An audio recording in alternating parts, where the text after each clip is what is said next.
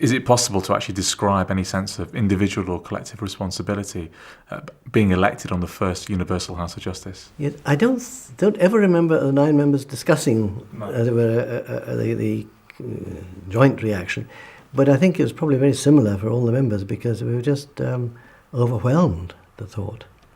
And the first meeting, well, the House of Justice, after it had been appointed and been announced, I think the first thing it did was go to the Shrine of the Barb for prayers, and then there was a group photograph taken, and then the first meeting was actually in the Master's house.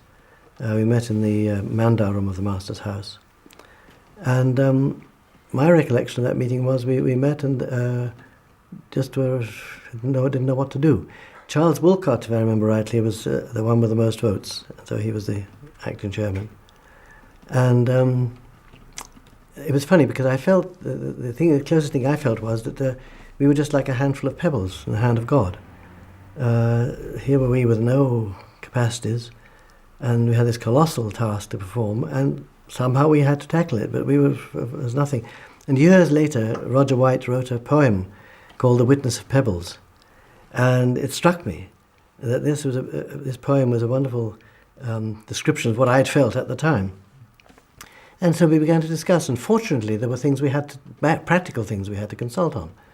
For example, should all 9 members go to the convention, to the Congress in London? And the House decided yes, which meant that Ali and I had to go to London, and we had been asked to stay on in Haifa, be sort of house sitting while everyone else was away. So we had to ask Jesse and Ethel Ravel to stay behind, and they, dear souls, did so. They looked after Haifa when everyone else was away. And then we had to decide various ways that we'd handle our work, when we'd have another meeting. The President of Israel died, who was going to represent the faith at the funeral.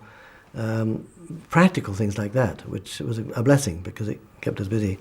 And obviously we couldn't do anything fundamental like discuss the future of the guardianship. And then we split up and went to London and carried on meeting, again with practical things in the Albert Hall. For example, how many typewriters did we want to have? What was the signature of the House of Justice going to be? All these, who was going to order the notepaper? What did the heading of the notepaper have to be? All these silly little things. And we had to draft a message to the Congress, obviously. Who was going to read it? All these little details. And then also, how soon could the members get to Haifa? Because some of us were already living there, but Ali, for example, Ali Nakhjavani was living there, but Violette had remained in Africa while he was serving on the council. So he had to go and collect his wife and family and bring them to the Holy Land. So there was a lot of nitty-gritty had to be done, which kept things going. I bet it did. And the Universal House of Justice consulted about the station of the guardianship and whether there could be a future guardian. Is that therefore correct to say that there still was an element of debate, or theological debate, really, about whether the institute, whether there still could be a guardian, or had that not been sort of put to bed? No, it couldn't be put to bed. In fact, the House of Justice in the later letter says no one could have known in advance because this was an obscure matter which was not covered in the texts. And that is specifically one of the tasks of the House of Justice to decide. And this was, I think, one of the tests for the House of Justice. You see, it didn't consult on the subject until all 9 were back in Haifa again. They had to scatter after the Congress. And during that time, we didn't discuss the future of the guardianship at all. We had to do the immediate things. Then all 9 had come back by October 1963. And then the House decided at least it should have initial consultations about this problem. And so it went to Bahachi, where it had the conclaves of the hands. And it was quiet, peaceful, it's a peaceful room upstairs.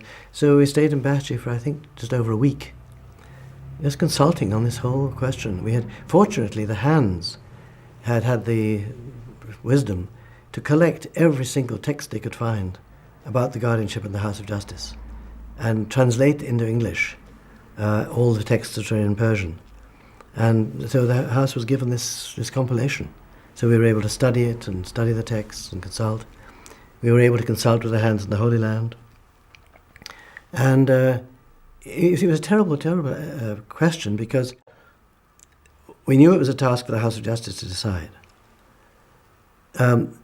Was it, in fact, a reason we had the House of Justice with the authority to legislate, that it would legislate on such a question?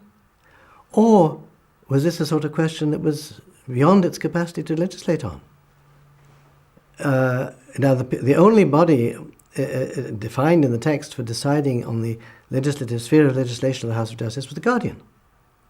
He could say to the House of Justice, this is not in your jurisdiction.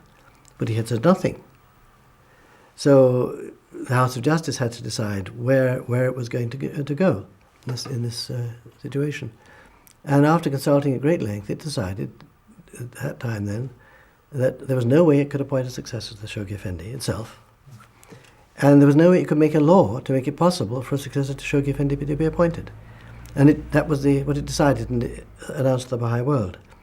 And that was it. And I think we have to be very careful not to extrapolate that. The House of Justice is not a prophet. It said nothing about the future. Now, personally, I can't see how there could be possibly a guardian for 1,000 years. But there's a very interesting tablet of Abdu'l-Baha where he says that no one can claim, he's quoting Abdu'l-Baha, Baha'u'llah rather, no one can claim guidance direct from God for at least 1,000 years. And Baha'u'llah says this is a clear, obvious meaning. And Abdu'l-Baha says even the station of guardianship. You see, which is interesting, because it leaves open whether an individual could claim that after 1,000 years. But that's not our business. You see, that's God's business. So it's fatal for the Baha'is to start, shall we say, making guesses now as to what the future could be. No one has any authority to do that. That's God's business. And I think there are many things in the faith where we have to leave God's business to God. And in the meantime, we have the House of Justice. We know the covenant is fixed. It's not going to be broken. We have the guidance of the House of Justice, which can solve answers by legislation and by this solving obscure problems. So that's what God's given us, and we have to accept it and build the Baha'i world order in that.